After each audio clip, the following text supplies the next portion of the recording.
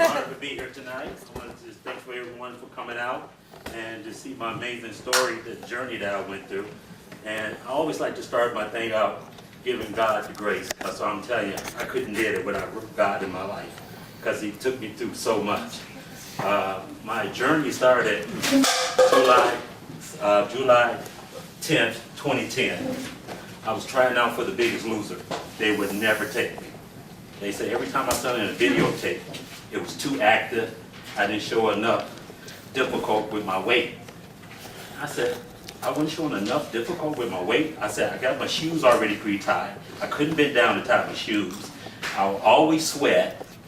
And you telling me that I'm not big enough to be on The Biggest Loser? And then one of the producers called me and said, we have a new show called Obese. That was the name of this show. They didn't even have a name for it. They had people going through first season of it, and they was getting ready to cast for second season. So I was at a Biggest Loser contest to get season 10 on the show. And we went on to Venice Beach to do 500 steps. Wow. And I was at 438 pounds on the beach, doing 500 steps. And after that, the producer came up to me, the main casting producer, Brandon Nichols, I'll never forget, he said, we have a show for you, and we want you. And that's how I got this show. I was at the right place at the right time. I told my girlfriend at the time that I wasn't going to work, I need to go to this casting call to The Biggest Loser. And that's how I got this show.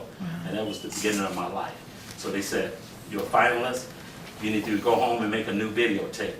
And Brandon said, I need you to mail that in to me. I said, Brandon, I don't want to mail it in to you. I want to put it in your hands. So tell me where you're going to be. So I found out where he's going to be, told me he was going to be in Culver City, April the 10th. They were doing the casting call there.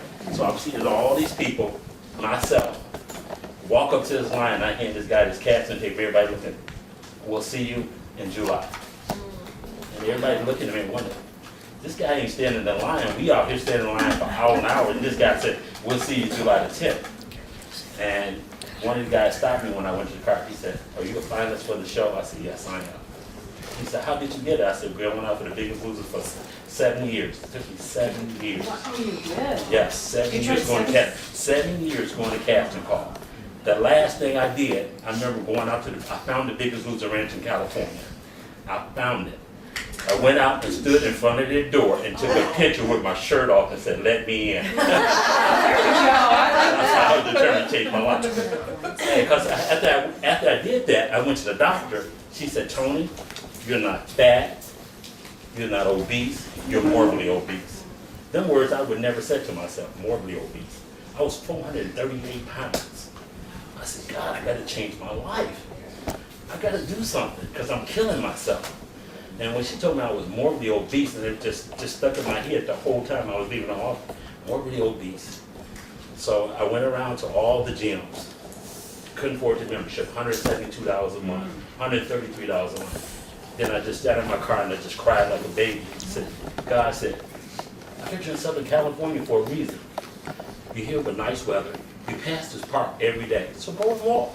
I started walking. I wouldn't go in gyms because I was too nervous, scared. Because if you go in a gym, everybody's fit. Nobody's overweight. You don't know how to use the equipment. You don't want to look like a dummy going up there using the equipment, so you wouldn't go in the gym. So I wouldn't go in the gym, so I started walking. I walked 2 hours in the morning, 2 hours in the evening, and 2 hours in the afternoon. I gave up all fast food. I went cold turkey.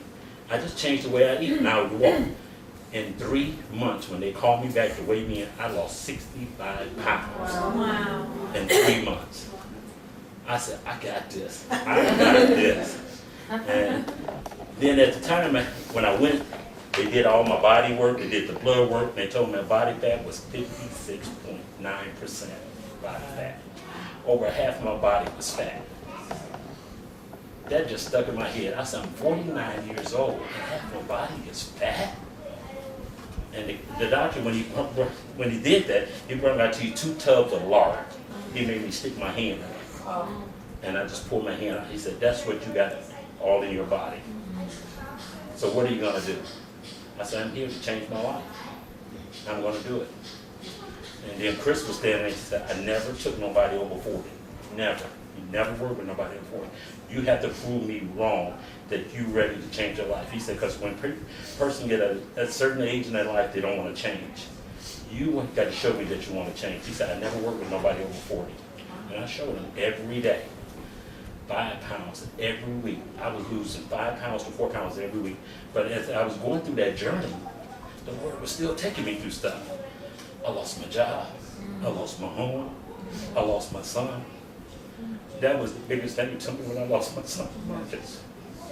That kid, he couldn't walk, he couldn't feed himself, he couldn't talk. He counted on me every day. He counted on my ex-wife. He counted on my son every day. But he had the biggest smile on his face. That kid had the biggest smile. If you was going through a bad day, or you think you was having a bad day, you walk past him. This kid couldn't talk, he couldn't walk, he couldn't do anything. He depended on you 24 hours, 7 days a week. But he always had that smile on his face. And couldn't talk. He always said, Daddy, bus, and love. That's it. And everybody came around him, knew that he had love. And you can just see that love in him. And all I had to do was lose weight, and I wanted to give up. There was time that I would hit a brick wall. I would hit a plateau. I wasn't losing weight. I lose a half pound. I was doing everything right. I was following the diet. I was exercising, and I would lose a half a pound. I said, you got to be freaking kidding me. I said, I went from eating 15,000 calories to 2,000 calories, and I mean, I hit a half a pound for the, then when I hit a 0 pound, I said, oh no, I know I'm doing something wrong. And I could never figure out, because you know why? Because I was an emotional eater, I wouldn't talk about it. You have to talk about it. You have to deal with the emotional part of it when you're losing weight too. And I never could understand that. For a man at my stature, at my age, I would never go talk to a therapist. They said, would you talk to a food therapist? I said, no. I don't want to go and talk to a therapist. I wouldn't do it. I would not do it. I was 9 months into this program before I talked to a therapist to find out why did I eat? Why did I trigger things? Why I was emotional eater? Why did I turn to food? Because it was comfort, it was love, it was joy. It never let me down. If something went wrong in my life, food was there.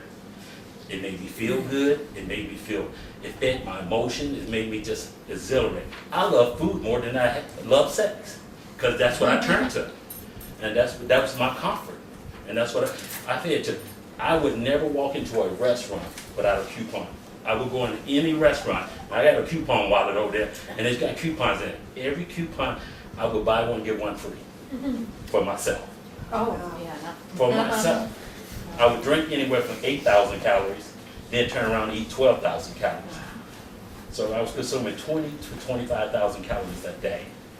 To go to 2,000 calories was the hardest thing. I went through withdrawal like a junkie. Sugar, white flour, no fried food.